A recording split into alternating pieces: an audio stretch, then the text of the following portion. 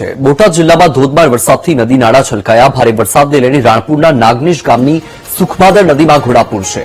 ઉપરવાસમાં વરસેલા વરસાદનું સુખભાદર નદીમાં પાણી આવ્યું છે। નદી બે કાંઠે વહેતી થતા ગ્રામજનો ખુશખુશાલ।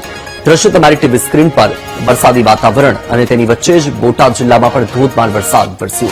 નદી નાળા છલકાઈ ગયા। ભારે વરસાદને લઈને રાણપુરના નાગનેશ ગામની જે સુખભાદર નદી છે એ નદી પણ બે કાંઠે વહી છે। હાલ ઉફાને છે, ઘોડાપૂરની પરિસ્થિતિ છે। ત્યારે ઉપરવાસમાં વરસેલા વરસાદનું સુખભાદર નદીમાં પાણી આવ્યું છે, જેના કારણે આ નદી બે કાંઠે વહેતી થઈ છે। આ નદી બે કાંઠે વહેતા થતા જ ગામ લોકો ખુશખુશાલ છે।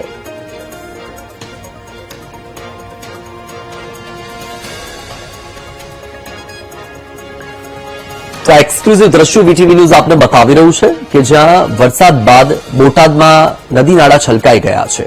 આ દ્રશ્યો છે રાણપુરના નાગનેશ ગામની સુખભાદર નદીના, કે જ્યાં હાલમાં ઘોડાપૂરની પરિસ્થિતિ છે, કારણ કે ઉપરવાસમાં સતત વરસાદ છે અને એ ઉપરવાસનું જે પાણી છે એ વહીને સુખભાદર નદીમાં આવી રહ્યું છે।